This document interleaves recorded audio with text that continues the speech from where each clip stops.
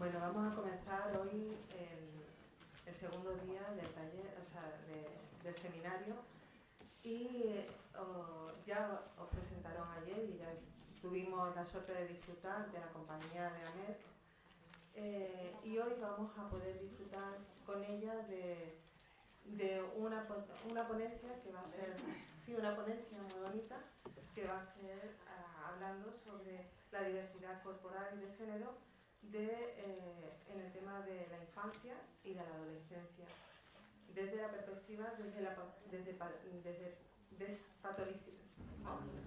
desde patologización de y los derechos de los humanos. Pero lo más importante es que ella tiene una trayectoria. Él tiene una trayectoria, Él tiene una trayectoria como doctor en antropología social. Es un verdadero experto a nivel de lo que es el conocimiento de la despatologización. Hizo su tesis sobre ella. Su trayectoria profesional ha ido avanzando en torno a todo lo que es realizar muchas situaciones donde ha ido llevando a mejorar la calidad de los compañeros, de las personas, y sobre todo ella ha realizado muchísimos artículos, ha escrito en muchas revistas internacionales, y va a comenzar ella la exposición de... Muchas gracias Yolanda por la presentación, y muchas gracias a la comunidad, a la mancomunidad por la invitación, y muchas gracias a todos vosotros por estar hoy aquí, por participar en este seminario y por todos los espacios de debate que estamos creando. Voy a hacer una presentación y luego intentar dejar bastante tiempo para la reflexión compartida, que yo creo que es la parte más importante, ¿no? De ir construyendo reflexiones y conocimientos de forma compartida. Voy a hablar de la diversidad de género en la infancia y adolescencia desde una perspectiva de despatologización y derechos humanos.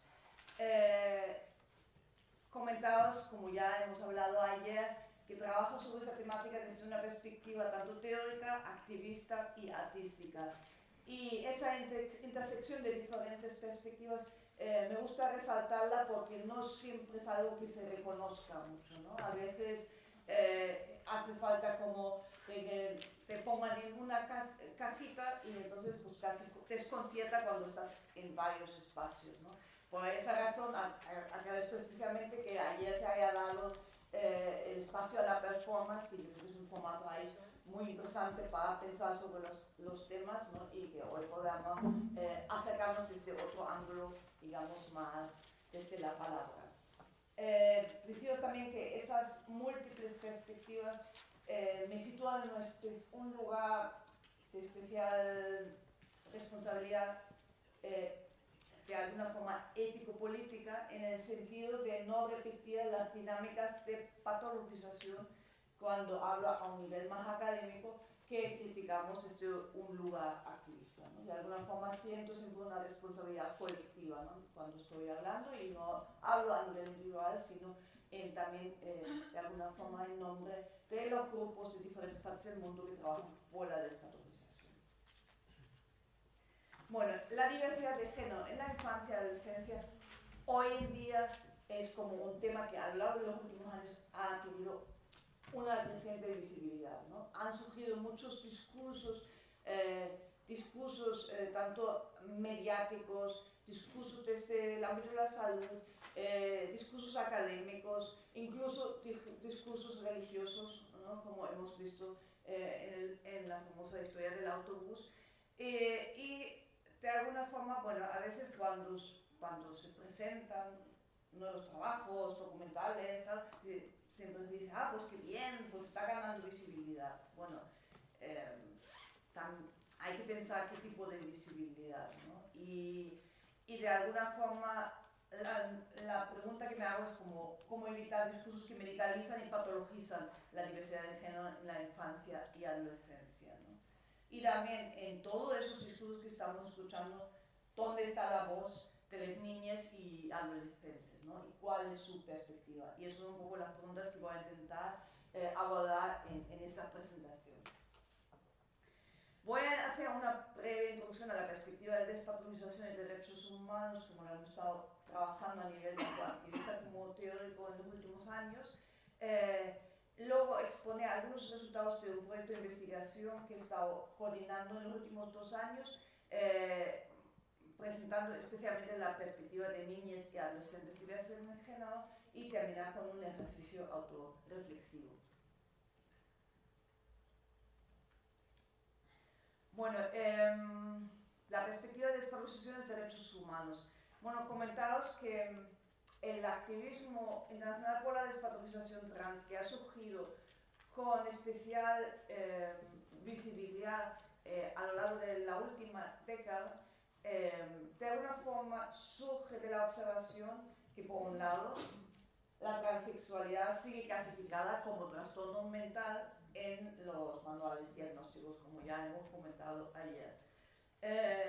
Luego, la observación de situaciones de criminalización, persecución, discriminación y violencia transfóbica a la que siguen expuestas las personas trans en diferentes partes del mundo. Y la interrelación entre una clasificación diagnóstica como trastorno mental y estas situaciones de vulnerabilidad. En realidad ya hubo perspectivas críticas sobre el modelo médico de la transexualidad y su clasificación diagnóstica como trastorno mental a lo largo de las últimas décadas por parte de personas trans que venían de una perspectiva teórico-activista, y también algunas acciones puntuales. Pero ha sido en la última década cuando se ha creado un movimiento internacional, y a eso también ha contribuido que justo había un movimiento histórico de una revisión paralela de los manuales diagnósticos DSM y de la CIE, la Clasificación Internacional de Enfermedades de la Organización Mundial de la Salud, y además de un tercer documento que son los estándares de cuidado de la Asociación WPATH, la Asociación Profesional Mundial por la Salud Trans. Entonces ahí en ese momento surgió un movimiento internacional. Yo participo en una campaña internacional que se llama STP, Campaña Internacional Stop Trans Pathologization. A esa campaña están adheridos más de 400 grupos, redes y organizaciones de diferentes continentes. Y cada año la campaña hace una convocatoria del Día Internacional de Acción por la Despatologización Trans, y desde el 2007 a nivel europeo y desde el 2009 a nivel internacional, los grupos activistas en diferentes partes del mundo realizan actividades por la despatologización trans. Ha sido como una convocatoria muy abierta con unas demandas compartidas, porque lo que teníamos muy claro es que no queríamos repetir ese etnocentrismo que criticamos en los manuales diagnósticos, ¿no? Y las realidades culturales, geopolíticas de las personas trans en diferentes partes del mundo son como muy diversas, ¿no? Entonces los grupos activistas en cada lugar del mundo han añadido sus demandas localmente específicas a ese catálogo de demandas compartidas. Y la verdad que ha sido asombroso, ha sido una convocatoria que hicimos a nivel internacional en el 2009, que pensábamos que íbamos a hacer durante 1 año, 2 años, y bueno, seguimos desde el 2009 hasta ahora, y la verdad es que cada año grupos nuevos se han sumado a esa convocatoria, ¿no? Y a veces de países donde no es fácil salir a la calle para reclamar los derechos. Después también, aún en los últimos años, hemos trabajado en diferentes redes internacionales a un nivel más de incidencia política en los organismos internacionales como la Organización Mundial de la Salud o en Naciones Unidas, ¿no? Y han sido como diferentes redes internacionales y regionales que hemos colaborado en eso. En general se puede decir que el activismo trans se ha internacionalizado mucho en los últimos años, ¿no? Bueno, las demandas del activismo por la despatologización trans, en primer lugar, sin lugar a dudas, la retirar la clasificación actual de los procesos de transgéneros como trastorno mental de los manuales diagnósticos. Al mismo tiempo, la demanda de acceso a una atención sanitaria trans específicamente públicamente cubierta, de la más alta calidad accesible y sin la necesidad de esa clasificación diagnóstica. Un cambio del modelo de atención sanitaria transespecífica en el sentido de una sustitución del modelo de evaluación psiquiátrica por un modelo de consentimiento informado, de decisión informada, de información, de asesoramiento, de acompañamiento. Otra demanda del reconocimiento legal del cambio registral del nombre y género sin requisitos médicos y una lucha contra la discriminación y la violencia transfóbica. Y finalmente, la despatologización de la diversidad de género en la infancia y adolescencia. Y voy a entrar un poco más en este tema. Bueno, aquí veis algunos carteles, tanto de la convocatoria internacional, que algunos años hemos dedicado el lema a la despatologización de la identidad de la diversidad de género en la infancia. Pero también grupos locales, aquí veis abajo un cartel de Colombia y otro de Chile, pues han dedicado sus actividades al tema de la diversidad de género en la infancia y adolescencia. Y paralelamente a esa producción activista, se ha creado una producción teórica desde una perspectiva de despatologización y derechos humanos, ¿no? Reflexiones en las que se ha criticado la clasificación diagnóstica y se han desarrollado estrategias de cómo despatologizar la diversidad de género en la infancia y la adolescencia en el ámbito sanitario, educativo, social, familiar, etc. Bueno, nombrar algunos temas que se han trabajado desde las perspectivas tanto teóricas como activistas por la despatologización sobre la diversidad de género en la infancia y adolescencia. Se ha trabajado sobre el tema del lenguaje, sobre el tema de la clasificación diagnóstica, sobre modelos de atención sanitaria, sobre el abordaje de la diversidad de género en la infancia y adolescencia en el ámbito educativo, el tema del reconocimiento legal del género de menores de edad, la despatologización de prácticas de investigación con niñas y adolescentes y, en general, estrategias para una creación de nuevos imaginarios y espacios abiertos a la diversidad. Y voy a entrar un poco en esos diferentes temas. Bueno, a nivel del lenguaje, ¿no? Que es algo que ya se ha nombrado ayer en diferentes momentos. La diversidad de género en la infancia y adolescencia en el ámbito clínico se ha conceptualizado de diferentes maneras, ¿no? Como un trastorno mental o como un problema de salud que requiere supervisión clínica y algunas veces como consecuencia de una diferencia innata en el sentido de un origen neurológico o un sexo cerebral.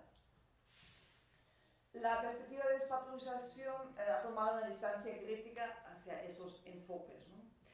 Conceptualiza la diversidad de género en la infancia como un derecho humano y habla de la importancia del reconocimiento de una diversidad de expresiones y identidades de género, incluyendo opciones fluidas y no binarias. Y lo conceptualiza como un proceso vital que no necesariamente requiere atención sanitaria, sino ante todo un entorno de apoyo y respeto. Y a nivel de los términos, mientras en el ámbito clínico se ha hablado, por ejemplo, de niños con trastorno de identidad de género, niños disfóricos en el género, niños incongruentes en el género, y también el término de niños transexuales en realidad tiene, digamos, un origen del lenguaje médico.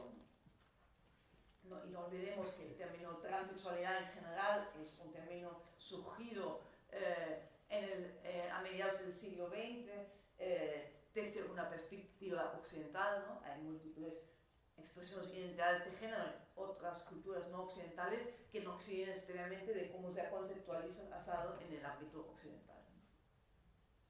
Desde una perspectiva de despatologización trans, preferimos hablar de diversidad de género en la infancia, con la idea de que el término transexualidad es como un término muy fuerte, ¿no? Para unas niñas que están explorando el género y buscando, digamos, su expresión, su identidad, ¿no?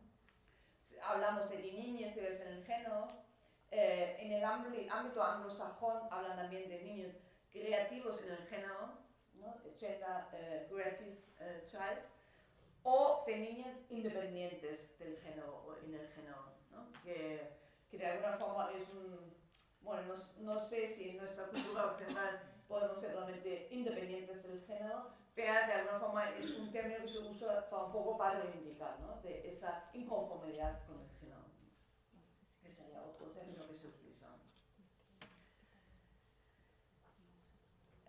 Otro tema que os expuse era el tema de la clasificación diagnóstica de la diversidad de género en la infancia y adolescencia. Hay algunos autores que han hecho revisiones históricas de la conversión de la diversidad de género en la infancia y adolescencia en un objeto de interés médico-psicológico desde los años 60. ¿No? De alguna forma ahora tenemos esa visibilidad mediática del tema, pero en el ámbito médico y psicológico, psiquiátrico, ese interés ha sido mucho más temprano. ¿No?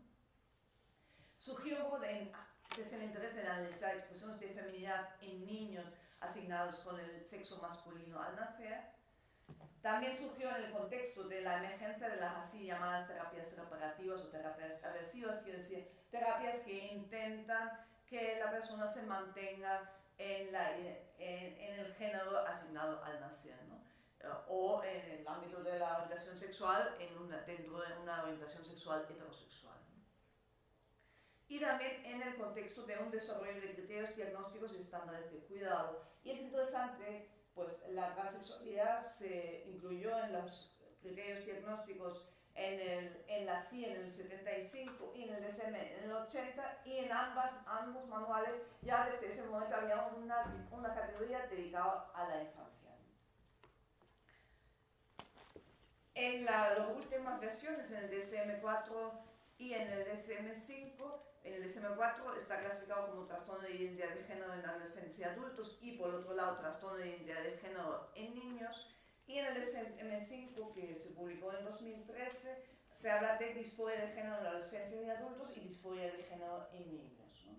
Quiero resaltar que en el DSM la transexualidad sigue clasificada como trastorno mental, ¿no? En algunos momentos se ha dicho, pues se ha quitado. No, se ha cambiado el nombre, sigue habiendo un diagnóstico, aunque podemos decir con una terminología un poco menos patologizante, porque no patologiza toda la identidad de género, sino solo nombra el aspecto de la disforia, ¿no? Luego podemos discutir si todas las personas trans realmente tenemos disforia, etc., ¿no? Pero sigue estando allí como trastorno mental, que de alguna forma ahí el movimiento por la experiencia trans ha hecho una valoración crítica diciendo, bueno, no hemos conseguido lo que hemos pretendido, que se quite totalmente como trastorno mental.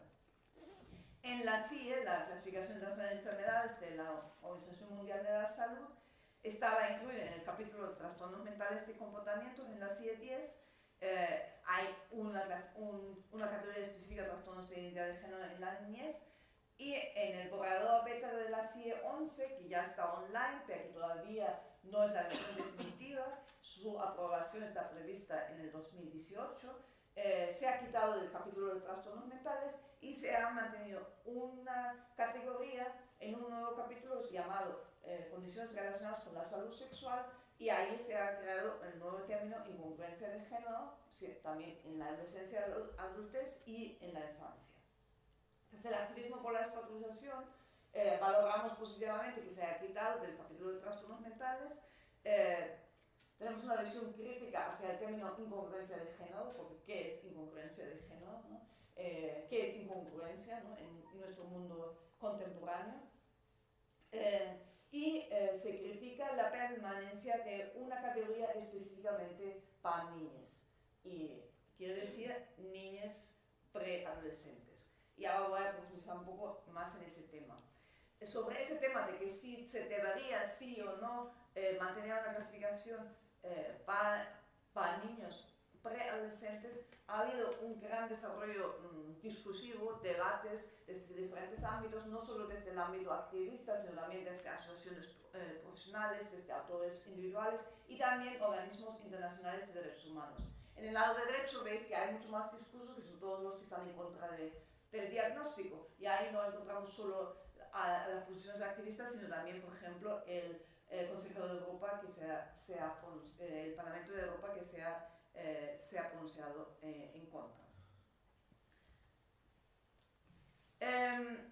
aquellos autores que hablan a favor de mantener una clasificación diagnóstica de la diversidad de género en la infancia, y hablo siempre de niñas preadolescentes porque las personas adolescentes están incluidas en la categoría de adultos.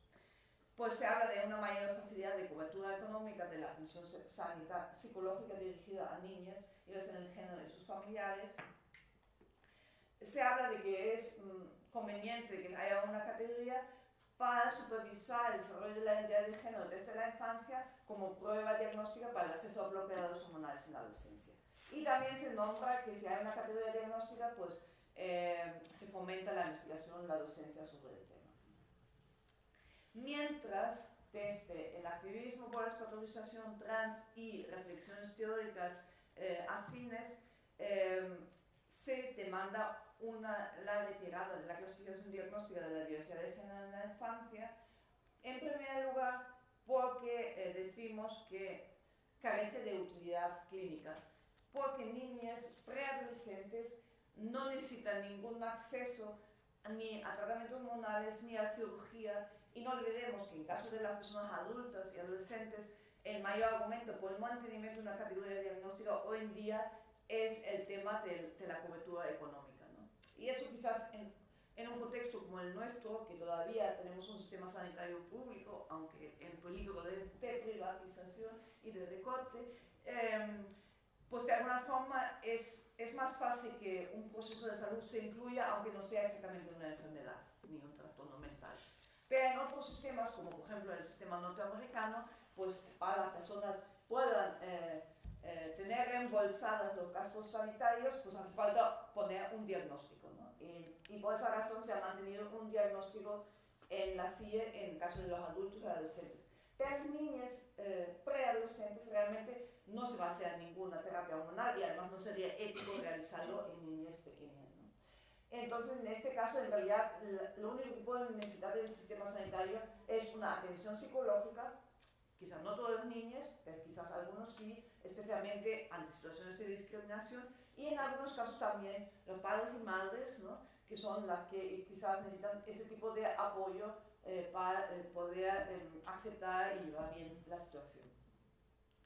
También decimos que, de alguna forma, la consideración de la diversidad de género en la infancia como un proceso que requiere de atención sanitaria es un fenómeno totalmente occidental, ¿no? Un compañero nuestro que trabaja en el ámbito asiático, que ha realizado múltiples investigaciones en este ámbito, el doctor Samvinta, siempre dice que en algunos países asiáticos puede haber una mayor o menor aceptación social de la diversidad de género en la infancia, pero lo que no se le ocurría a los padres y madres sería llevar al niño al médico o al psicólogo, porque no se concibe como un problema de salud. También tememos que el mantenimiento de una categoría diagnóstica puede reforzar dinámicas de discriminación, violencia institucional y terapias reparativas. Eso lo comparte con otros diagnósticos, como hemos hablado ayer, ¿no?, que múltiples diagnósticos pueden, digamos, acarrear una carga de estigmatización. También desde perspectivas bioéticas y de derechos humanos, citando la Convención de Derechos del Niño, se ha argumentado en contra del diagnóstico. Y además consideramos que no hace falta hacer como una vigilancia de la expresión de la identidad de género en la infancia, durante toda la infancia, para luego dar acceso a los bloqueadores hormonales. Porque en caso de los docentes, lo que pensamos es que deberían tener el derecho a tener acceso a los bloqueadores si quieren, a través de un proceso de información y de decisión informada, ¿no? Por supuesto, pues hablando de todos los riesgos, los efectos secundarios, y abriendo también a los adolescentes la posibilidad de conectar con otros discursos, saber que no es el único camino, ¿no? Pero así no tener que, como decía, hacer como esa vigilancia que nos parece como bastante peligrosa, ¿no? Y luego decía, bueno, mantener un diagnóstico solo para fomentar la investigación y la docencia nos parece poco adecuado, y además el ejemplo de la desclasificación de la homosexualidad muestra que hoy en día no se hace menos investigación por el hecho de que ya no sea una categoría diagnóstica. Bueno, pasar a otro tema que serían los modelos de atención sanitaria a la diversidad de género en la infancia. Estarían, por un lado, los enfoques no afirmativos, que serían las terapias reparativas, quiere decir, aquellas terapias que intentan convencer a las niñas de mantenerse en la identidad de género asignada al nacer. Ese tipo de enfoques hoy en día por diferentes asociaciones profesionales han sido declaradas como no éticas, ¿no? Pero siguen haciéndose, siguen produciéndose en algunos contextos. Pero ya la mayoría de los autores y de los enfoques clínicos que encontramos hoy en día son enfoques afirmativos. Pero hay como diferentes tendencias. Por un lado sería un modelo de evaluación que de alguna forma dice, bueno, hay que hacer como una evaluación para ver si este niño realmente pues es transexual, ¿no? Se diría desde ese enfoque. Dentro de ese enfoque hay como diferentes posturas. Algunos dicen que es mejor postergar la transición social, otros dicen que apoyan la transición social parcial, por ejemplo en casa sí, pero en el colegio no, y otros dicen sí, es favorable que se haga una transición social completa, pero lo conciben dentro del modelo binario, ¿no? Un cambio de chico a chica y viceversa. Y conceptualizan la diversidad como un proceso que requiere atención sanitaria, ¿no? Y hacen, digamos, permiten el acceso, luego, pues en el caso de los adolescentes, a los bloqueadores, después de un proceso de evaluación. Y por otro lado estaría el modelo de diversidad despatologización, que parte de la idea de que la diversidad de género en la infancia es una exploración de expresiones e identidades de género que no necesariamente requiere de una atención sanitaria, solo en caso de un apoyo psicológico, ¿no? En caso de discriminación, sí deseado, ¿no? El acceso siempre no debería depender de una evaluación externa, porque consideramos que la expresión de identidad de género es algo que solo puede decidir la persona. Ni los profesionales de la salud, ni las madres y padres pueden determinar la expresión de identidad de género de las niñas y adolescentes, ¿no?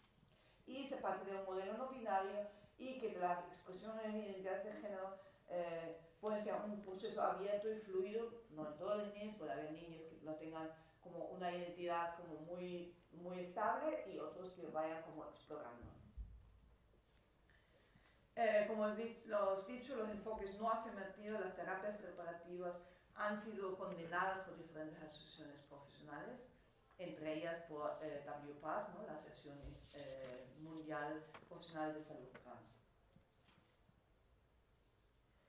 Entre los enfoques afirmativos que siguen un modelo de evaluación se da ese debate sobre la reversibilidad o irreversibilidad, que también ya se ha nombrado ayer. En el discurso anglosajón se habla de persistas y desistas, ¿no? Los que persisten en la diversidad de género y los que desisten. Desde un modelo de evaluación se dice algunas veces que no se debería fomentar una transición temprana, justo porque no se puede predecir si luego esa persona vaya a seguir después, ¿no? Y que se debe hacer como una vigilancia clínica del desarrollo de la identidad de género, ¿no? Y hay como una cierta preocupación de que no se pueda predecir, ¿no? Hay como un interés en determinar, ¿no? O de desarrollar criterios clínicos para determinar cómo se va a desarrollar esa criatura, y de alguna forma se evalúa como negativamente cuando haya un cambio, ¿no? Mientras es una perspectiva de despatologización, se ha criticado ese debate como irrelevante, ¿no? Como decir, bueno, a ver, las niñas exploran diferentes expresiones y identidades de género y en realidad no es importante si luego en un futuro van a seguir, si van a convertirse en personas trans en la edad adulta, siempre que vivan en un espacio de entorno, en un entorno de apoyo donde puedan desarrollarse libremente en esa exploración. Y de alguna forma el foco no está en ese debate de los desistas y persistas, sino en el bienestar de las niñas. Y finalmente, ese enfoque de despatologización en el ámbito clínico que da un apoyo a esa exploración libre de expresiones e identidades de género, incluyendo opciones no binarias, y lo entiende como un proceso abierto, ¿no? Sí, dando la oportunidad de un apoyo psicológico, pero no de una forma obligatoria, sino si es deseado. Luego está el ámbito educativo, que ha sido para el tema de la diversidad de género en la infancia un ámbito predilecto y importante. En los últimos años se han desarrollado diferentes leyes y protocolos de protección, ¿no? Como en el ámbito andaluz, el protocolo de actuación ante la identidad de género en el ámbito escolar, donde se ha establecido una protección del reconocimiento del nombre de género en el ámbito escolar, el derecho a usar la vestimenta según el género actual, en caso de que, por ejemplo, haya uniformes, que se usen los baños, los vestuarios según el género actual, y medidas de protección contra las dinámicas de discriminación y violencia transfóbica. Desde el ámbito de la desprotección consideramos que el desarrollo de ese marco legal de protección es muy importante, ¿no? Porque de alguna forma crea una base desde la que reivindicar los derechos de esos niños, ¿no? Ahora consideramos que no es lo único, ¿no? Porque a veces está ese protocolo, pero luego las dinámicas en el ámbito educativo no cambian, sigue habiendo dinámicas de bullying, de discriminación, ¿no? Con lo cual consideramos que es importante desarrollar estrategias más amplias, ¿no? En el sentido de, por ejemplo, hacer actividades, establecer que la vestimenta y también las instalaciones sean sin segregación por género, y luego trabajar ese tema de los roles, normas de género con toda la clase, ¿no? Porque no solo las niñas diversas de género están expuestas a las normas, sino todas las niñas en la clase. Y habría una reflexión sobre el no binarismo y la diversidad de género en clase, ¿no? En el ámbito escolar.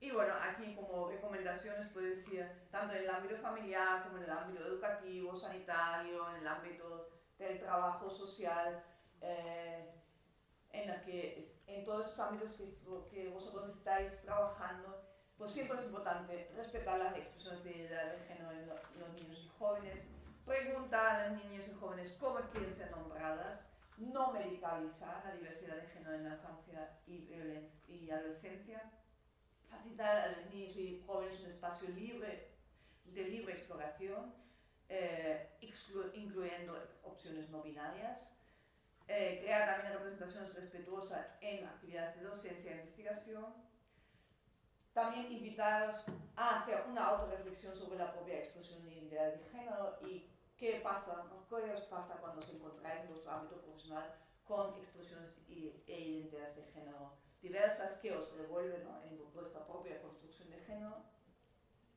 Y en general celebrar la diversidad como una aportación de reconocimiento para las familias, para la escuela y para la sociedad en su conjunto. De alguna forma romper con esa representación de la diversidad como un problema, ¿no? Y como algo a abordar, ¿no?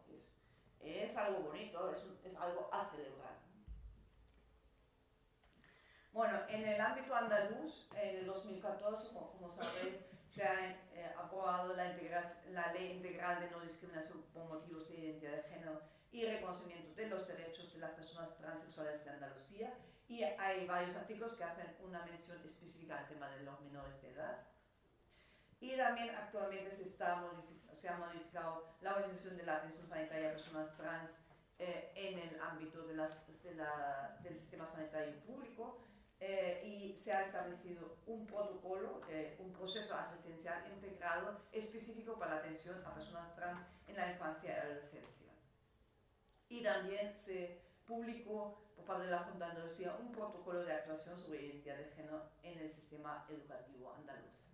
Podemos decir que la protección y los derechos humanos de las niñas y adolescentes diversas en el género ya está establecido y protegido por ley, ¿no? Y cualquier discriminación, digamos, es una vulneración de ese marco legal.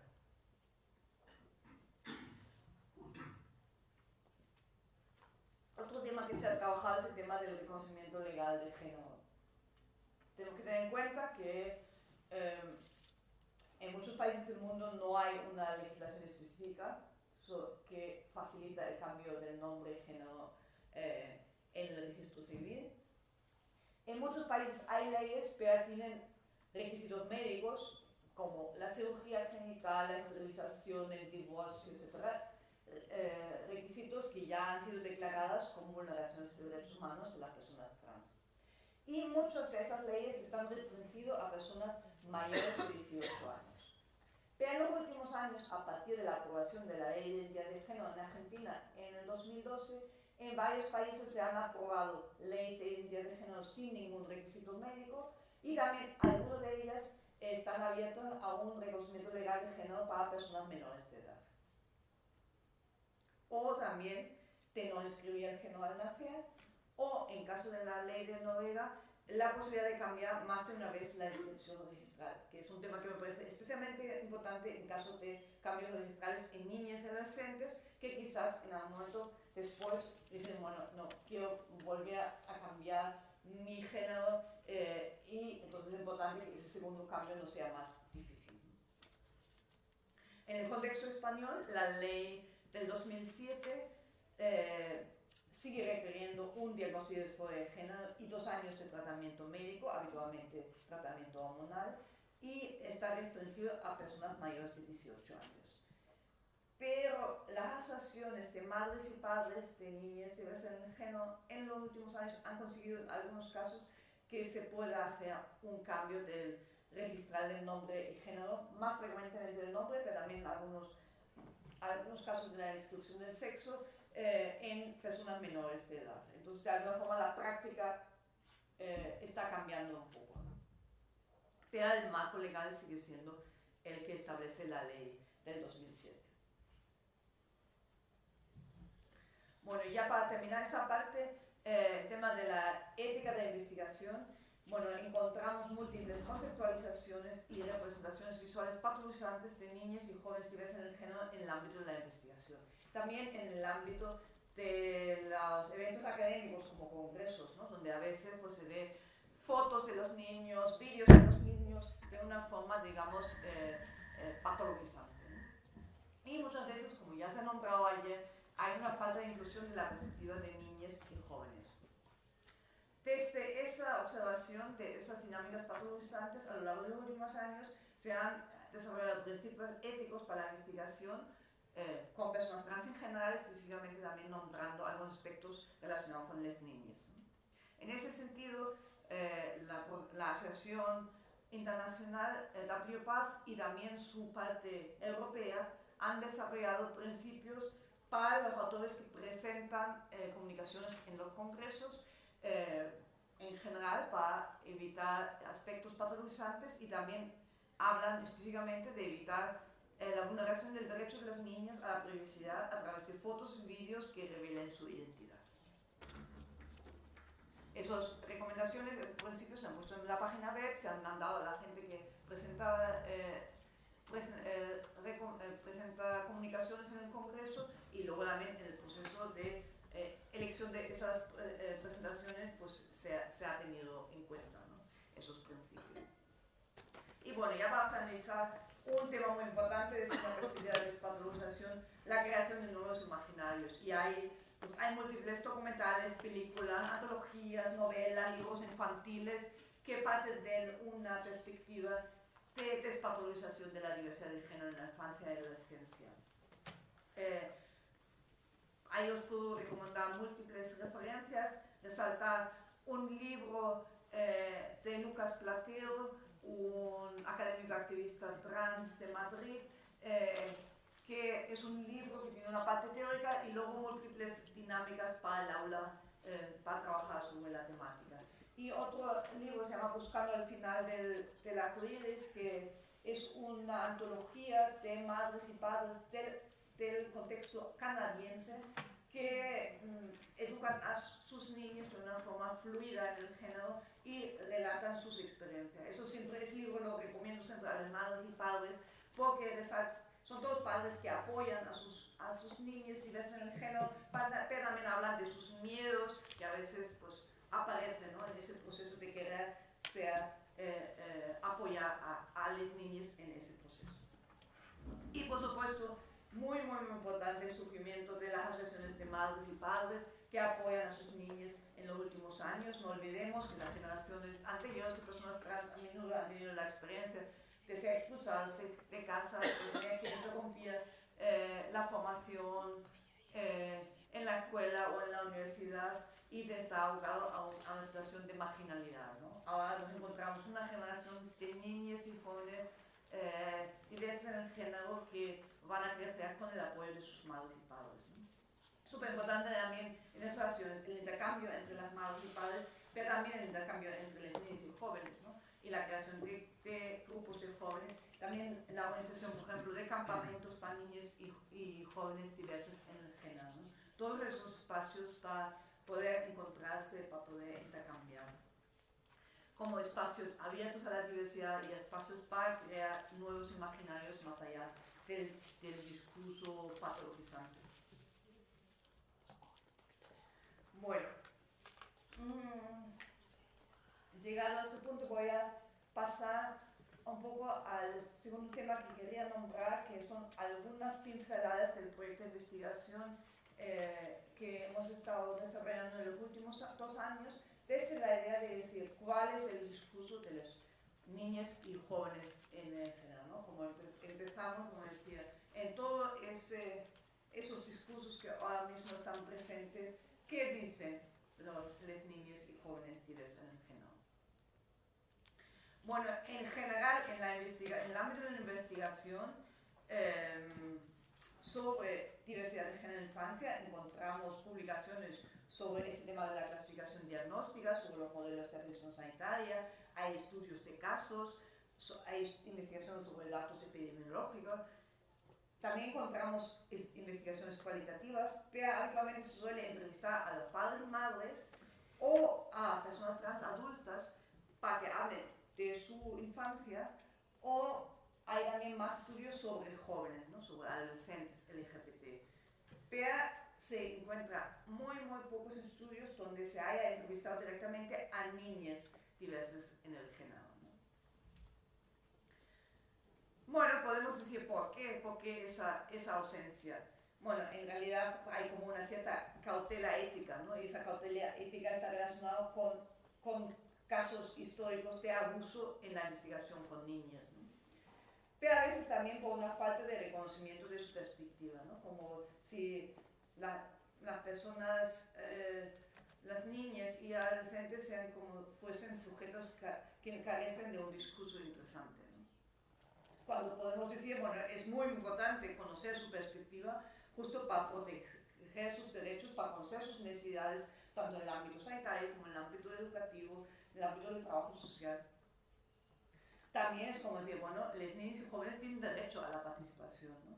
Y son agentes activos y es importante fomentar su empoderamiento y su rol activo en el desarrollo de esas medidas de protección. También hay un marco de derechos humanos, la Convención sobre el Derecho del Niño habla del interés superior del niño y habla también del derecho del niño a la libertad de expresión y a tener la oportunidad de ser escuchado, ¿no? Y desde ese marco de protección, pero a la vez también de derecho a la participación, en los últimos años se han desarrollado enfoques participativos de investigación y modelos de ética de la investigación con niñas y adolescentes.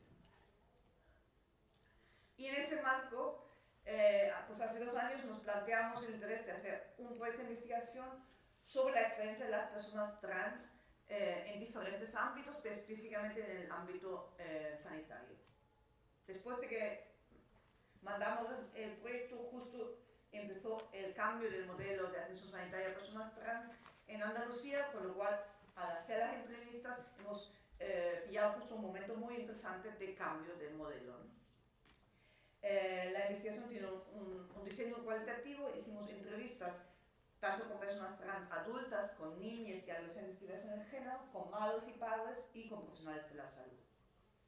Y aparte de la transmisión en un formato académico, ahora mismo estamos grabando un documental para, digamos, salida a los resultados en otro formato, que es algo que es de lo que se ha hablado también ayer, ¿no? Como de las estrategias para difundir los resultados de proyectos de investigación a través de otros canales. Y ahí hicimos la experiencia en otro proyecto de investigación sobre la temática de desahucios, que el formato del documental es fantástico, ¿no? Para luego mostrar el documental y después abrir un debate, ¿no? con la audiencia sobre la temática.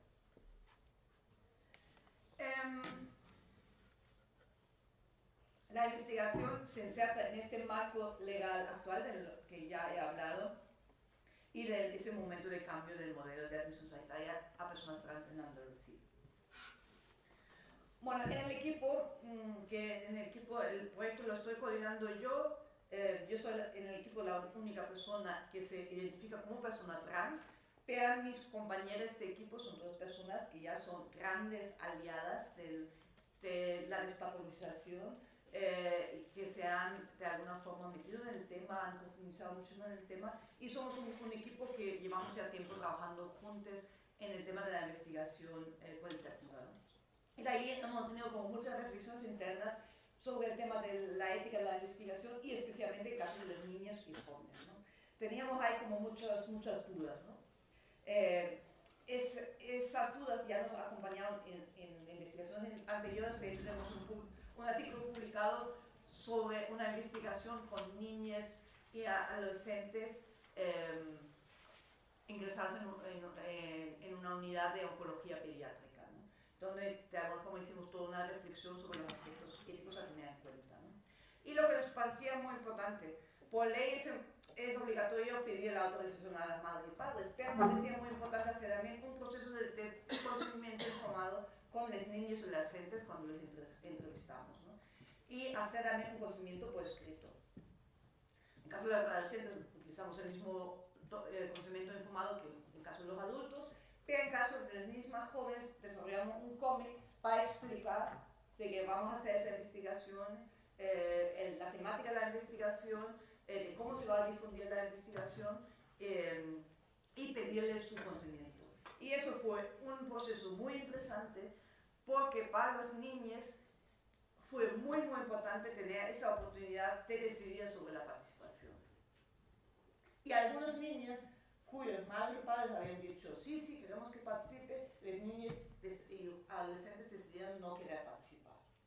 Curiosamente ha sido especialmente mi niña que habían tenido un contacto anterior con el sistema sanitario, habían sido entrevistadas, habían tenido que pasar test psicológicos y de alguna forma no habían tenido la oportunidad de decir que no en ese ámbito, entonces como que cogieron esa oportunidad de decir que no, ¿no? O niñas que habían estado expuestas al ámbito mediático, a documentales, etc.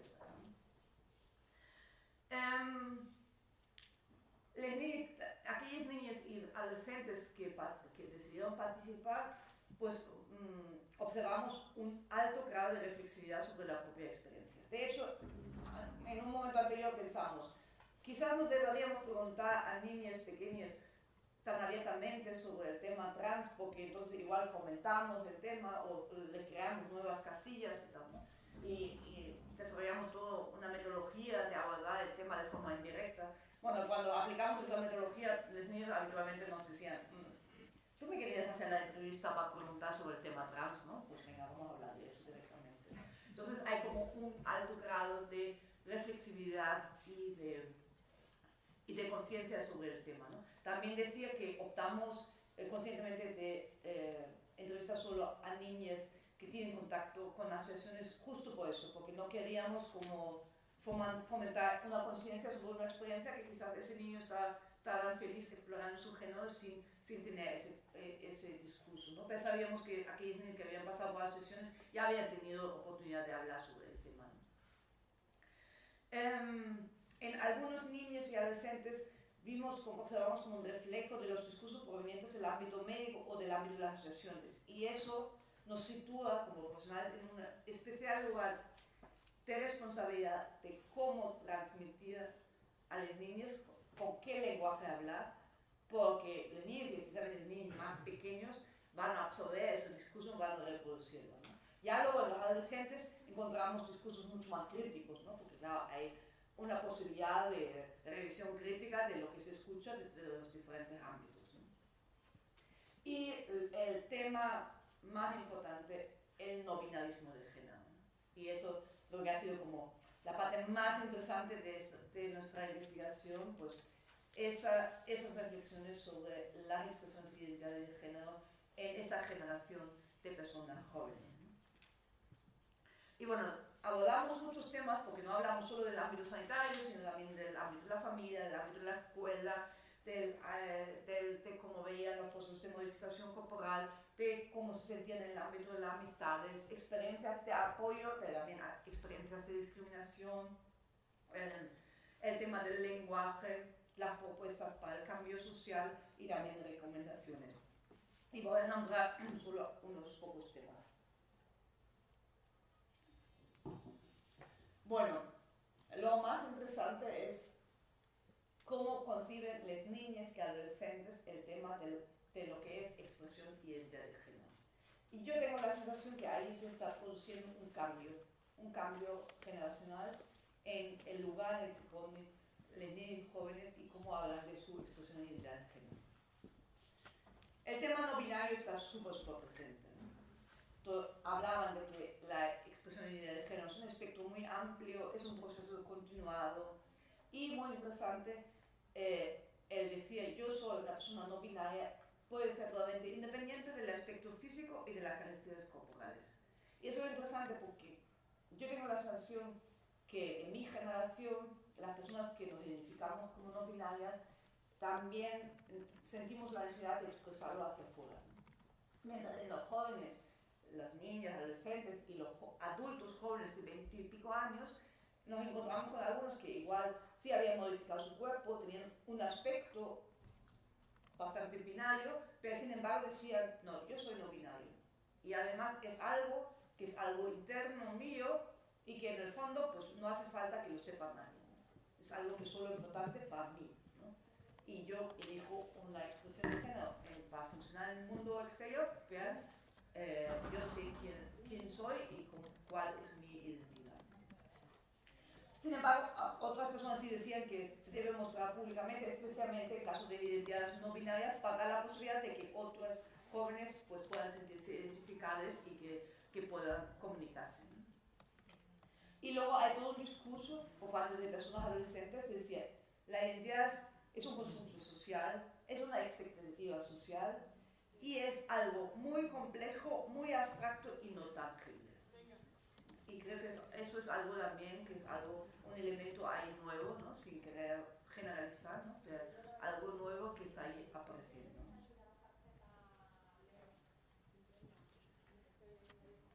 En el ámbito educativo nos encontramos en las niñas y jóvenes que entrevistamos tanto con experiencias de bullying y de violencia, pero también de experiencias de apoyo, ¿no? Cuando se daban experiencias de bullying, incluso de violencia física, pues se notaba como una falta frecuente de reacción por parte del profesorado, en algunos casos por parte de los profesores, de la dirección del centro, una negación de reconocer el nombre de género y una falta de conocimiento y de aplicación del protocolo existente.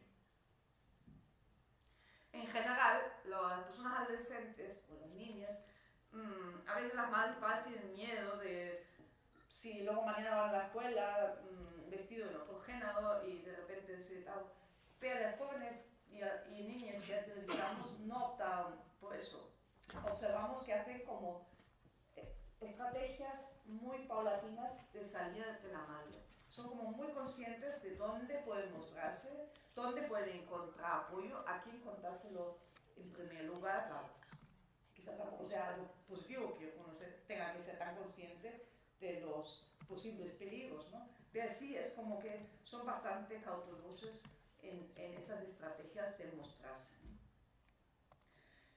Algunos colegios, institutos han encontrado experiencias de apoyo y lo que me parece muy interesante, los jóvenes son conscientes de sus derechos, saben que hay un marco legal en Andalucía que les protege, conocen que hay una ley y que hay un protocolo. Y algunos jóvenes van con la ley, el protocolo debajo del brazo, para hablar con la dirección de la escuela y a reivindicar sus derechos. Y eso me parece un fenómeno muy interesante, ¿no? Porque ahí hay una generación de personas jóvenes que saben que están protegidos, ¿no? Y que quizás dicen, bueno, a ver, si el ámbito educativo no lo conoce, pues aquí está la ley, ¿no? Léetelo, ¿no?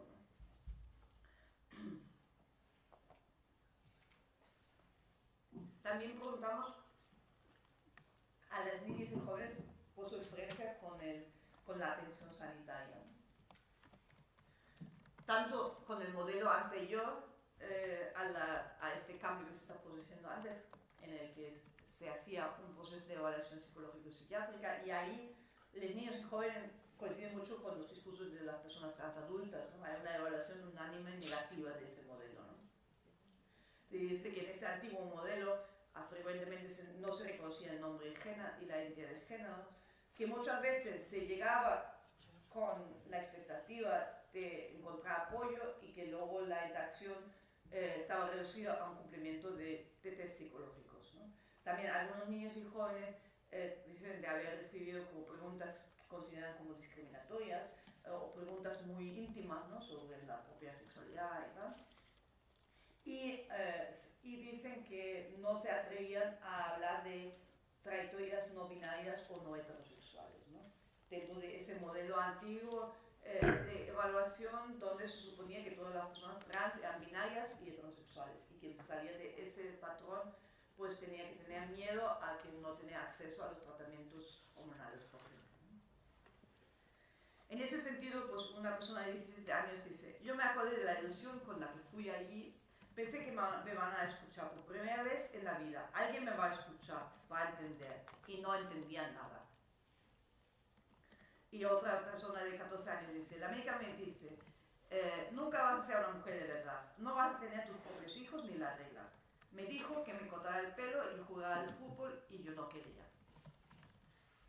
Mientras tanto, hay una mejor experiencia en el nuevo modelo, en ese modelo que ahora se está implementando en todas las provincias, ¿no? Que se están creando unidades de atención a las personas trans en todas las provincias, que, como ya se nombró ayer en el protocolo establecido, la recomendación de no aplicar hacia una evaluación psiquiátrica ni aplicar criterios diagnósticos patologizantes. Entonces, en general, las personas trans se sienten, jóvenes y niñas, coinciden con las personas trans adultas de sentirse mejor atendidas en ese nuevo modelo. Pero en algunas unidades, de esas nuevas unidades, se observa una continuada aplicación de un modelo de evaluación. Y en general, los niños y jóvenes sí demandan del ámbito sanitario información, apoyo, acompañamiento. Bueno, y los niños y jóvenes expresaban muchísimas recomendaciones dirigidas a los profesionales del ámbito sanitario, educativo, social. Voy a nombrar solo algunas, ¿no? En el ámbito escolar, como decía, bueno, es muy importante que se use el nombre de género actual, de permitir la expresión de la identidad de género en el ámbito escolar y que haya apoyo en situaciones de discriminación y transfobia, como una apuesta clara por parte de los profesionales, ¿no? de la educación. En el ámbito sanitario, como ya he dicho, hay una demanda clara de escucha, de información, de acompañamiento y de asesoramiento. Dicen, una cosa interesante que dice alguna de las jóvenes, decía, es importante transmitir la idea de que siempre se puede volver a cambiar la expresión de identidad de género, ¿no? Como dar lugar a esa fluidez, ¿no? También algunos de los jóvenes dicen que los profesionales de la sanidad deberían tranquilizar a las madres y padres, ¿no? Como decir, bueno, no es un problema, no es algo horrible que está pasando, sino que es un proceso vital, bonito, que requiere apoyo, pero que puede ser un enriquecimiento. Y también, como una demanda importante, facilitar el contacto con las asociaciones. Y en general, en todos los ámbitos, reconocer todas las expresiones de identidades de género, incluyendo opciones no binarias y no heterosexuales. Y bueno, comentaos que en la Escuela de Salud Pública estamos haciendo cursos de formación sobre la temática, dirigidos tanto a profesionales del ámbito de la salud como del ámbito de los servicios sociales, de los sistemas de protección de menores.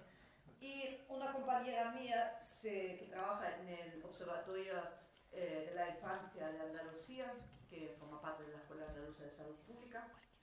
Y ella trabaja sobre el tema de participación de jóvenes y se puso a buscar vídeos, recursos audiovisuales hechos de jóvenes LGBT para jóvenes LGBT. Y utilizó una herramienta que se llama Storyfy para hacer como una lista muy larga, y he puesto solo alguna parte, de muchos recursos audiovisuales, ¿no? Ese Storyfy, esa lista, lo incluimos en la formación porque nos parecía interesante transmitir a los profesionales que los jóvenes tienen sus propios discursos, su propia perspectiva, y además lo están compartiendo por las redes. Y claro, hoy en día, pues digamos, el medio audiovisual es como un medio predilecto para poder mostrar la propia experiencia y dirigida a otros jóvenes, ¿no?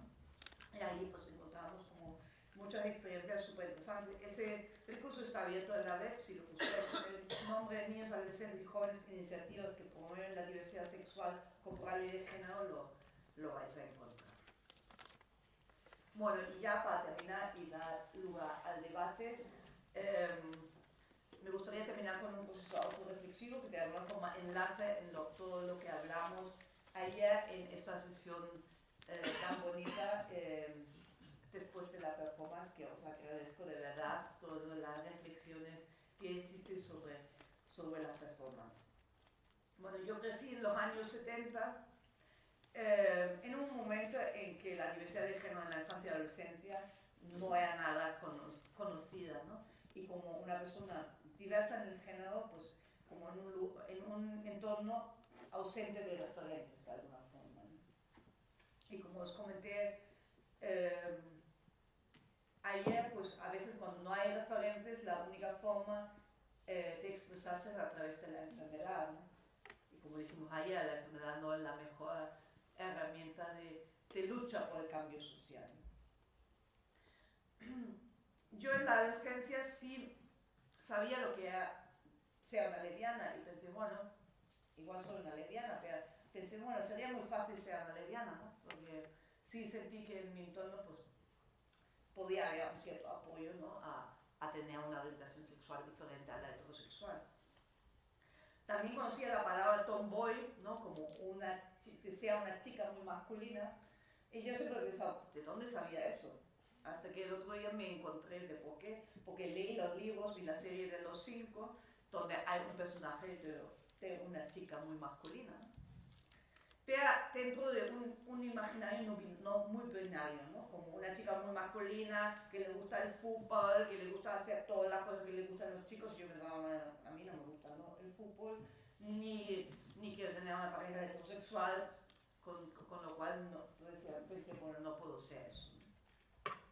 Luego en los años 90, cuando como persona joven pues me empecé a mover en los diferentes activismos, fue el momento de las políticas de identidad, ¿no? Donde de alguna forma tenías que definirte mucho y muy claramente, ¿no? Si era gay, lesbiana, trans, etcétera, etcétera, ¿no?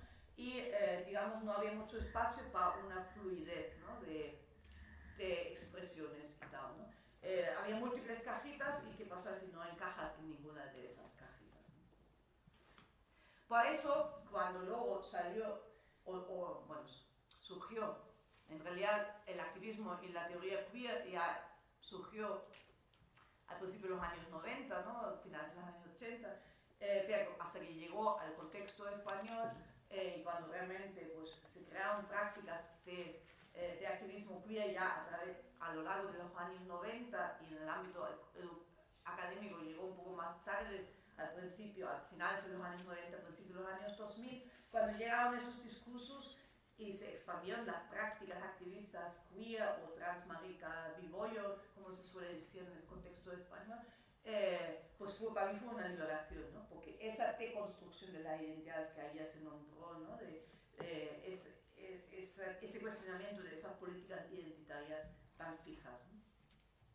Y luego, pues a mediados de los años 2000 surgió el activismo por la despenalización trans, y traigo aquí un cartel de Barcelona, y fue como uno de los primeros carteles que vi y dije, bueno, esto es mi tema, ¿no? Porque desde esa experiencia temprana de psiquiatrización, de patologización, como que algo que atravesaba mi vida. Y busqué el contacto con esos grupos activistas que estaban ahí surgiendo en diferentes partes del Estado español. Y desde entonces pues hemos trabajado en el activismo por la despenalización trans a nivel local, a nivel regional, a nivel internacional, ¿no? En múltiples foros y múltiples formatos.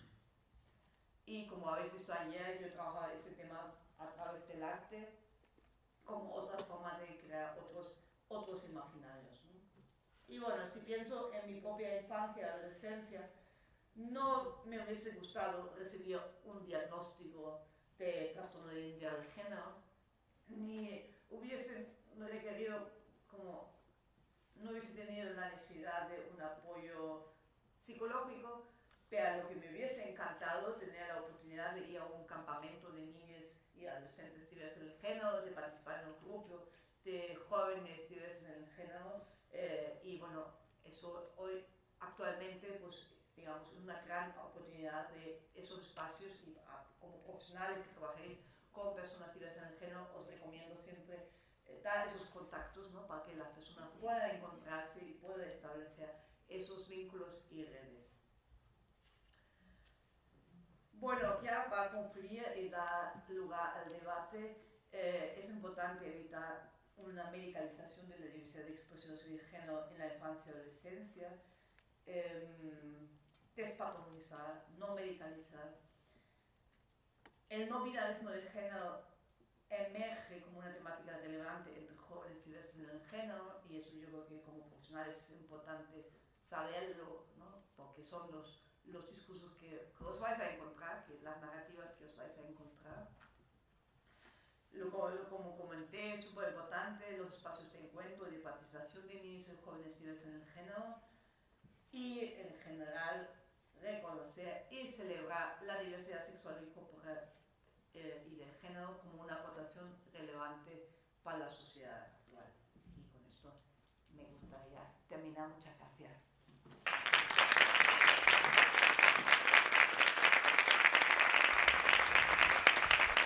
Y ahora dar espacio a preguntas. Sí, vamos a dar espacio a poder hacer preguntas y poder hablar sobre lo que estamos hablando. Simplemente podéis hacer las primeras preguntas.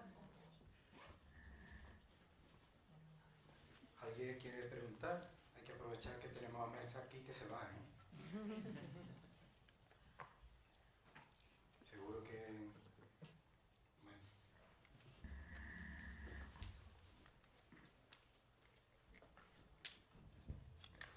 Bueno, como siempre, la exposición magnífica nos hace reflexionar sobre muchísimos temas que voy a haber puntualizado y espero que sean también fruto también para el debate, ¿no? Una de las partes que más me ha interesado es el entorno educativo, sobre todo. Muchísimas veces en el entorno educativo la discriminación es muy feroz, pero no solamente por parte de los mismos niños, que ya de por sí son bastante, podríamos decir, bárbaros, ¿no? Son casi bárbaros con el que es diferente, sino que también tenemos esa parte en los mismos profesores, que muchas veces desconocen tanto los protocolos como todo lo que deben de hacer, sobre todo en la primera infancia, porque si bien se habla de los jóvenes que ya cuando llegan a la etapa del instituto van con ese protocolo y con esta ley bajo el brazo, los primeros pasos de un niño o una niña que tiene esta diferencia, esta diversidad, que es castigada por el grupo, tienen que ser o son muy duros y que normalmente muy incomprendidos también, no ya solamente por el entorno escolar, sino ya después también en entornos familiares, ¿no? Entonces, ante todo esto, ¿qué primer paso, si lo vemos desde fuera, si lo vemos desde el exterior, no estamos en el entorno académico o educativo, pero podemos actuar, qué primeros pasos se pueden hacer para hacer o conocer ese entorno, que conozca que este menor tiene esta diversidad absolutamente para celebrar y no para castigar? ¿Cómo podemos actuar, cómo podemos hacer concienciar a los adultos que están en ese entorno y que desconocen este tema?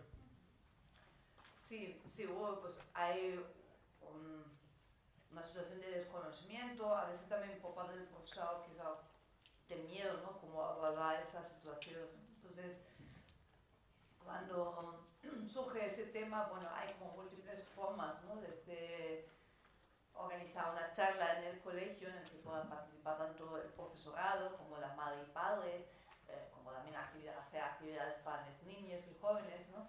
Están las asociaciones de madres y padres que están haciendo ese trabajo de ir por los colegios e institutos, ¿no? En Granada tuvimos oportunidad, por ejemplo, a través del FAMPA, ¿no? De la Federación de las AMPAs, organizar un sábado de actividades en un colegio en el que participaban madres y padres y niñas de diferentes colegios, como para introducir de alguna forma esa temática, ¿no? Y creo que ahí es súper importante como de no tratarlo como cómo abordar este caso específico de ese niño, no, sino más plantearlo como cómo introducir una perspectiva de respeto a la diversidad en general, ¿no? En el colegio, ¿no? Porque a veces se focaliza mucho en ese niño que al final está como súper expuesto, ¿no? Cuando en el fondo es un tema que atañe a todo el mundo, ¿no? Y de hecho a veces en situaciones donde esos niños encuentran apoyo, quizás no son ellos los que más sufren la discriminación, sino también otros niños que están expuestos a esas mismas normas de género, de que solo se puede jugar de esta forma o uno solo se puede vestir de una forma y tal, ¿no? Entonces, como intentar trabajar ese tema de forma transversal en el colegio, ¿no? Y por supuesto, ¿no? Fomentar espacios como este espacio, ¿no? Y de formación, de sensibilización para profesionales de la educación, ¿no? Y ya existen herramientas, trabajos hechos con ejemplos de dinámicas para trabajar en el aula, ¿no? Sé que es un tema que me interesa mucho, sobre todo por el cambio que necesitan los adultos. Los niños y niñas, pues los pobres se ven envueltos en todo lo que se ha creado, ¿no? Alrededor. Y respecto a los niños, a veces nos han devuelto como decir, bueno, en la misma clase hay un apoyo, porque a veces son niños que ya han crecido juntos, es la cuadrilla, que en realidad pues ya como que han asumido, ¿no? Esa exposición de género de la persona que se sale, ¿no? Que se atreve ahí a romper con la norma social. Pero luego dice, no, el problema es en el patio, ¿no? Con los niños de las otras clases, ¿no? Y lo que siempre dice una madre activista de una asociación de madres y padres, ¿no? Que los niños tienen que aprobar el patio, ¿no? Eso es súper importante, ¿no? Porque si esos niños luego se quedan aislados, ¿no? En el espacio de socialización del patio es como un síntoma bastante negativo, ¿no? Entonces también buscar como formas de trabajarlo con todo el colegio, ¿no? También en los cursos de formación que estamos dando estoy como intentando compartir muchos materiales audiovisuales, que hay algunos cortometrajes muy bonitos, ¿no? También algunos cortometrajes que se han desarrollado desde el ámbito escolar, ¿no? Que lo han hecho los mismos jóvenes, ¿no? Para concienciar, ¿no? Pues ahí, precisamente en ese cambio, con respecto a los medios de comunicación, el estigma que también arrojan sobre el colectivo trans y que especialmente es muy focalizado en muchos programas que supuestamente son familiares y que los consumen pues en horario infantil todos los niños. Cuando aparece un estereotipo de una persona trans, es tratada siempre como muy esperpéntico, como muy marcado a eso. Y claro, esto se visualiza desde los medios de comunicación hacia los niños. ¿Qué podemos hacer también para ir cambiando esa perspectiva a los otros niños? Es decir, siempre al entorno, ¿no? Porque al fin y al cabo el niño trans es víctima del entorno que se ha generado alrededor de él, supongo. Así que dentro de esto, ¿qué materiales podríamos utilizar en aulas, charlas? Bueno, sí, a veces lo que ha salido en los últimos años de documentales, ¿no? Que para mí a veces tienen un sesgo demasiado binario, ¿no? Y un discurso a veces muy medicalizado, ¿no? Parece como los medios de comunicación tuviesen miedo a incluir esos otros discursos, quizás porque piensan que la sociedad eso no lo puede entender, ¿no? Entonces van como a lo más visible, ¿no? A lo rosa y azul, ¿no? Entonces, pero claro, pues eso puede ser la experiencia de algunos niños, pero no de todos los niños, ¿no? Entonces, como he hecho falta un poco esa parte, ¿no? En los documentales, cuando se entrevista a personas jóvenes, por ejemplo, están bastante ausentes las posturas activistas, ¿no? Que también hay, ¿no?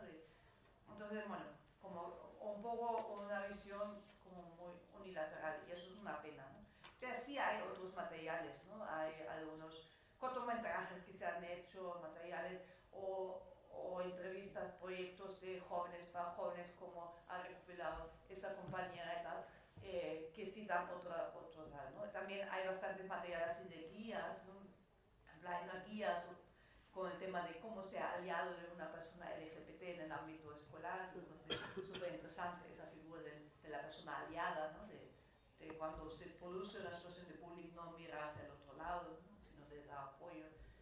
Entonces, bueno, sí, es importante como de fomentar la circulación de esos materiales, ¿no? Y de crear también entre los profesionales que están trabajando en diferentes ámbitos, crear redes, ¿no? de intercambio de experiencia, porque a veces en algunos, por ejemplo, algunos colegios, algunos institutos, algunas administraciones públicas locales y tal, se están trabajando proyectos súper interesantes, pero que no se conocen en otros ámbitos. Muchas gracias.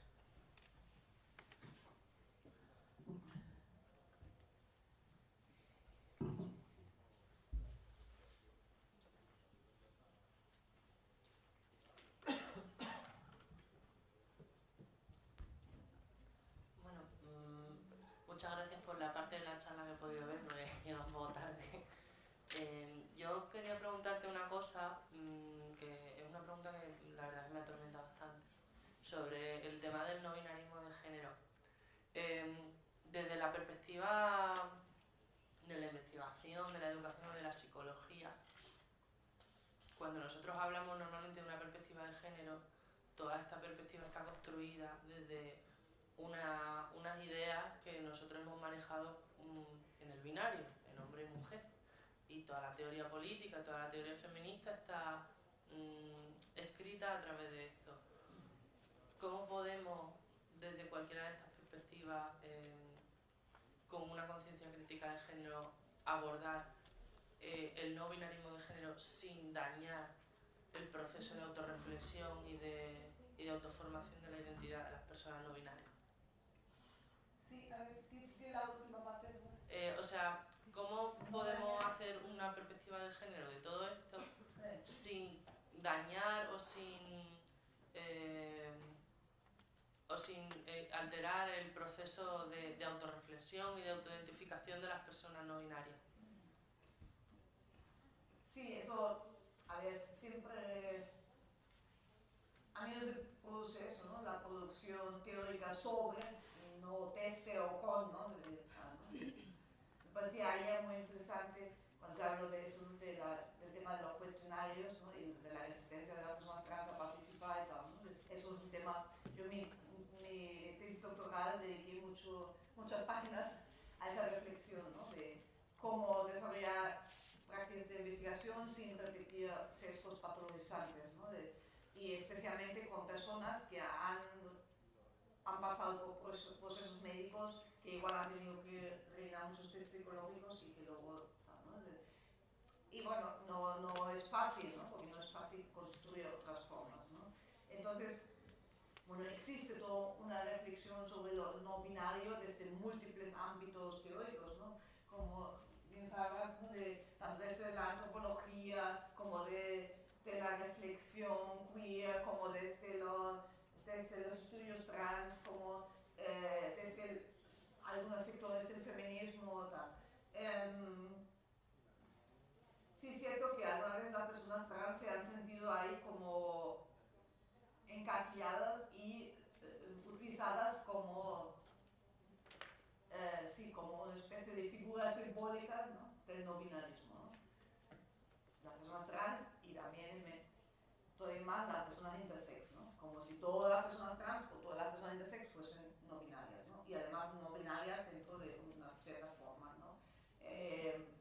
Claro, y hay una violencia simbólica discursiva, ¿no? Que no tiene en cuenta la experiencia de las personas trans intersex, ¿no? Que pueden tener identidades binarias, no binarias, todo el espectro, ¿no?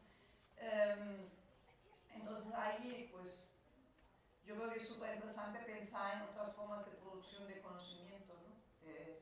Desde las personas no binarias y también toda esa parte de la construcción de conocimiento desde los activismos, ¿no?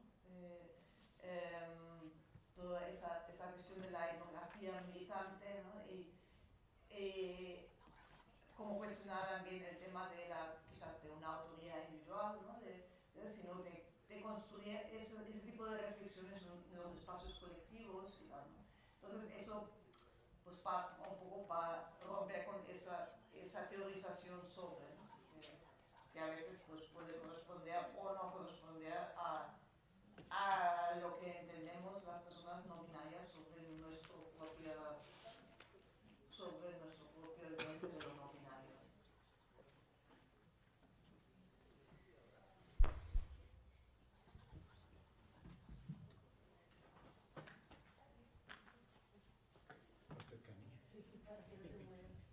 Muchas gracias, Ahmed. A mí me gustaría, si nos puedes contar algunas estrategias a utilizar en la adolescencia para la aceptación, el respeto y el apoyo de las personas trans, porque pienso que en la adolescencia se están definiendo y el adolescente en muchas ocasiones se define en oposición a otros.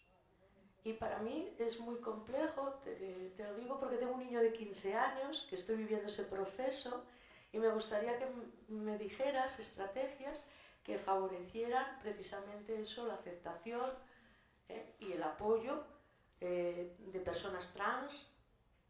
Gracias. Sí, bueno, yo creo que todas esas oportunidades de intercambio son muy importantes, ¿no? Entonces todos los espacios, sean grupos, sean espacios como los campamentos, tal, donde personas jóvenes que están viviendo procesos similares puedan encontrarse, intercambiarse, son como súper importantes, ¿no? Quizás no sea la estrategia que sirva para todo el mundo, ¿no? Porque algunos jóvenes dicen, mira, es que no me apetece participar en un grupo, no me apetecería un campamento, tal, ¿no? Que sí, como abrir esa posibilidad, ¿no?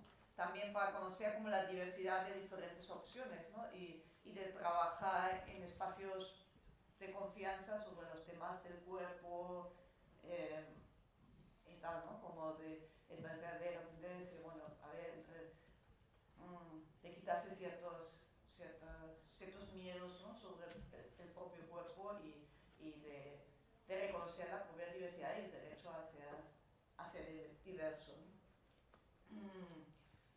Quizás no necesariamente tienen que ser espacios entre personas diversas en género, ¿no? También hay otros, ¿no? Pues yo en mi propia trayectoria, el teatro fue como una herramienta muy importante, ¿no? Para trabajar de cosas con mi propio cuerpo, ¿no? En un espacio que era un espacio de seguridad, ¿no? Dentro de una dinámica de teatro donde puedas explorar, ¿no? El propio cuerpo, el contacto con los demás, la comunicación con los demás. Entonces, bueno, hay como múltiples estrategias, ¿no? Las personas jóvenes están muy presentes en las redes sociales, ¿no? Y a veces madres y padres se acercan a mí y conocen todas esas terminologías nuevas, ¿no? De lo no binario, de lo pansexual, de tal, porque sus hijos están ahí en las redes y están tomando los discursos de las redes sociales y son discursos como muy empoderados, ¿no? Como que rompen, ¿no? Con una trayectoria como lo ha establecido la medicina o a mí me parece interesante, ¿no? Ese acceso a otros discursos, ¿no?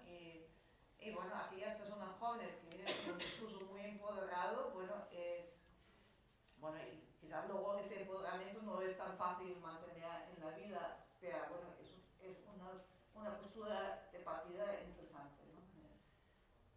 Entonces, pues ahí hay como, creo que hoy en día hay múltiples posibilidades, ¿no? De conocer, de conectar, ¿no? Que las personas, para no quedarse en ese aislamiento, ¿no? Y no sentir, yo soy la única persona en el mundo que me pasa eso, ¿no? Y sí, transmitir esa idea, ¿no? De construirnos desde nosotros mismos y no desde la aprobación de los demás, que a ver, eso eso es algo que no es solo para jóvenes trans o jóvenes LGBT, eso es para todo el mundo, ¿no? Y no solo para los jóvenes, sino para todas las personas, ¿no? Es algo que atraviesa también nuestra sociedad, ¿no? De alguna forma son todos temas que se manifiestan en un cierto ámbito, pero que son temas que son complejas para toda la sociedad, ¿no? Porque el cuerpo, la construcción del cuerpo, la construcción de la identidad es algo que nos atraviesa a todos, ¿no?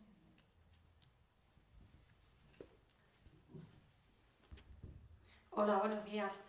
En primer lugar, Amets, quería que, no sé si conocéis, presentar el Centro de Orientación Sexual para Jóvenes de Málaga, que es un recurso público, gratuito, perteneciente tanto a una colaboración interinstitucional entre salud y educación.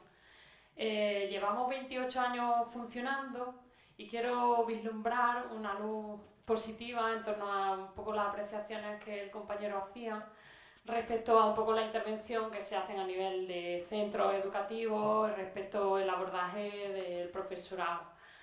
Bueno, las dinámicas de trabajo que se están desarrollando, desde, bueno, pues tenemos el marco normativo que está ayudando muchísimo cuando te encuentras un equipo directivo pues que se ha enrocado o que, que no ve la posibilidad, no ve la opción de implementar un protocolo educativo, o cuando existe desconocimiento por parte del profesorado. Hay muchísimas herramientas, desde la formación que se articula a través de los CEP, que hay una compañera aquí en el CEP de Málaga está colaborando, que López Valero ha estado trabajando muchísimo en sensibilización y en formación para la transexualidad infantil, en la infancia. Se ha etiquetado así, no me gusta tampoco el concepto. Yo tengo más feeling con Amet en el sentido de hablar de diversidad de género y de expresión, ¿no? Entonces, por otro lado, pues tenemos también el tema de que cuando se asesora a los centros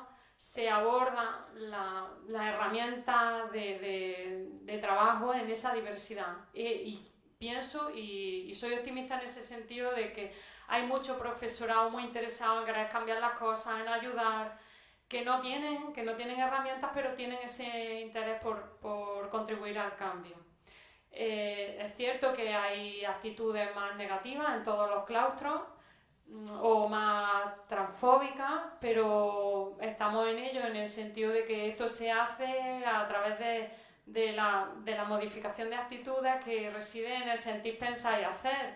Y entonces hay tutores a lo mejor de cuarto de la ESO que puedan estar trabajando herramientas para visibilizar la diversidad, y puede haber alguno que diga, mira, yo esto no soy capaz, y a lo mejor lo haga el orientador o la orientadora, pero lo que es la articulación en el ámbito educativo, creo que existe una sensibilidad y que se está intentando cambiar un poco las cosas. Que está claro que depende del buen hacer del profesorado, que depende de esa formación, que no es suficiente, que hace falta muchas cosas todavía, porque bueno, pues, por ejemplo, pues, en la Delegación Territorial de Málaga hacen apuestas firmes, simplemente porque este centro es el único que existe en Andalucía. Porque el año pasado ya se celebraron las primeras jornadas de diversidad en las aulas. Porque este modelo se está extrapolando a otras delegaciones. Por ejemplo, ahora pues, las jornadas de convivencia a nivel de comunidad autónoma de Andalucía se va a recoger la diversidad en la aula y se va a compartir experiencias. Hay profesorado pues, que también forman sus familias homoparentales, hay profesorado que transexual que está haciendo visible toda esta realidad. Entonces está claro que si nos ponemos a comparar entre la diferencia de percepción o de actitudes entre los de la etapa de educación primaria y secundaria, pues está claro que ya están como más encasillados en ese sistema binarista hombre-mujer, y quizá pues en infantil pues todos viven con una naturalidad y normalidad esa diversidad, mientras que en secundaria, como decía ella, pues son más rígidos a la hora de entenderlo y vivirlo, pero se está haciendo mucho y se está ayudando al profesorado y dándole herramientas. Y no sé, es que me enrollo mucho. Ya está, era un poco hacer esa apreciación. Muchas gracias. Gracias. Muchas gracias. Coincido plenamente contigo, ¿no? Tanto los profesionales del ámbito educativo como los profesionales del ámbito sanitario. Nos encontramos con muchas personas como muy abiertas, muy interesadas en la temática y que además tienen prácticas profesionales muy buenas que han desarrollado pues, desde su propia iniciativa, a veces pues, sin tener tampoco muchas posibilidades de intercambiar o de darles a conocer, ¿no? Entonces yo creo que hay como una base muy interesante, ¿no? Para seguir trabajando, ¿no? Y en el ámbito de la universidad, que cuando doy clases en la universidad siempre los estudiantes de todas las carreras universitarias siempre me dicen es que esos temas nunca los hemos dado en la universidad, ¿no? Y estamos intentando ahí abrir espacios en la universidad con la reivindicación que en algún momento se meta en los planes curriculares, ¿no? Y el ámbito de las ciencias de la educación son los espacios que suelen estar como más abiertos y más interesadas en el tema, ¿no? Y este también es súper interesante lo que comentas del centro. Yo en los cursos que estoy siempre doy como una larga lista de recursos para los profesionales para que puedan hacer lo que yo siempre recomiendo, ¿no? de dar contactos, ¿no? Tanto de asociaciones como de recursos institucionales, y estamos haciendo como un mapeo de Andalucía, así que todas las personas que estéis trabajando y que estéis haciendo cosas, os agradezco de verdad si me lo mandáis, porque así os meto ahí en ese listado y así podemos ahí fomentar que los profesionales del ámbito de la salud, del ámbito de la educación, luego conozcan esas herramientas. Sí, bueno, sí. Gracias, Amé, y felicidades por la presentación. Me gustaría, si puedes así brevemente comentar las unidades de género en las 8 provincias, qué profesionales las constituyen, cómo es el acceso para los usuarios y cómo es la forma de contacto para los profesionales poder derivar y contactar con ellos. Bueno, antiguamente había una única unidad de atención a personas trans en Málaga. Ahora se ha cambiado todo el sistema, se han creado unidades en cada provincia, ¿no? En cada provincia esas unidades multidisciplinares están constituidas tanto por profesionales de la endocrinología, profesionales de salud mental, profesionales del ámbito de la cirugía, de la ginecología, de todo el tema de la terapia vocal y todo eso. Y esas unidades, aunque están en el ámbito de la atención especializada, dentro del protocolo hay una estrecha colaboración con la atención primaria, ¿vale? El proceso, cuando una persona trans quiere tener acceso a un tratamiento hormonal, a una cirugía, el proceso siempre es a través de atención primaria, ¿no? Y los profesionales de atención primaria de alguna forma establecen la derivación a la unidad, ¿no? Después de tener como una sesión, digamos, de información, de explicar a la persona cómo es el proceso, cuál es la función de la unidad, y también de explorar un poco de sus necesidades, ¿no? De atención y todo, ¿no? Y de hacer las primeras, en la atención primaria, digamos, se hacen como las primeras exploraciones físicas, si por ejemplo la persona quiere tener acceso a un tratamiento hormonal, ¿no? Luego se hace la derivación, se hace, y quien está como coordinando toda esa unidad son los profesionales de endocrinología, ¿no? Y la persona trans llega y si quiere empezar un tratamiento hormonal tiene contacto directo con los profesionales de endocrinología, ¿no? O en caso de adolescentes, con la unidad de endocrinología pediátrica, ¿no? No hace falta un proceso de evaluación psiquiátrica, ¿no? Como se hacía antes, pero sí, si la persona trans quiere tener un apoyo en el proceso psicológico en el proceso, hay profesionales de salud mental que están trabajando dentro de esa unidad multidisciplinar para abordar, ¿no? Si en la atención primaria se detecta que la persona tiene un problema de salud mental, eso no excluye la posibilidad de acceder, sino la idea es que entonces se establece un abordaje de ese problema de salud mental a través de salud mental comunitaria y todo. una vez que la persona trans está en una unidad, está atendida en la unidad, luego se restablece el contacto con atención primaria, ¿no? Porque atención primaria luego tiene todo la labor, digamos, del seguimiento y de la continuidad esencial del contacto con esa persona, ¿no? Lo mismo que si la persona trans tiene problemas de índole social, pues la idea es que tenga contacto con el trabajo social del centro de salud, ¿no? Que digamos, que esta atención primaria tiene ahí un lugar muy importante como puerta de entrada al sistema, pero también luego para, digamos, ese seguimiento, ¿no? Del desarrollo de la persona en comunicación con la unidad. Y eso, por supuesto, ese modelo, pues, lleva 2 años funcionando, los protocolos se publicaron en el 2016. Claro, es un proceso también de implementación que tarda su tiempo para que llegue también a todos los diferentes centros, recursos, que tal, ¿no? Para luego, como decía antes la compañera, pues poder aconsejar a aquellos profesionales que igual no han visto el protocolo y tal, ¿no? Y aconsejar a las personas trans, a las familias del recorrido.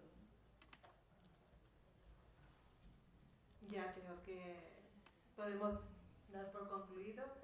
Muchísimas gracias, muy amable, y ha sido un gran honor tenerte aquí con nosotros. Bueno, muchísimas gracias a todos vosotros.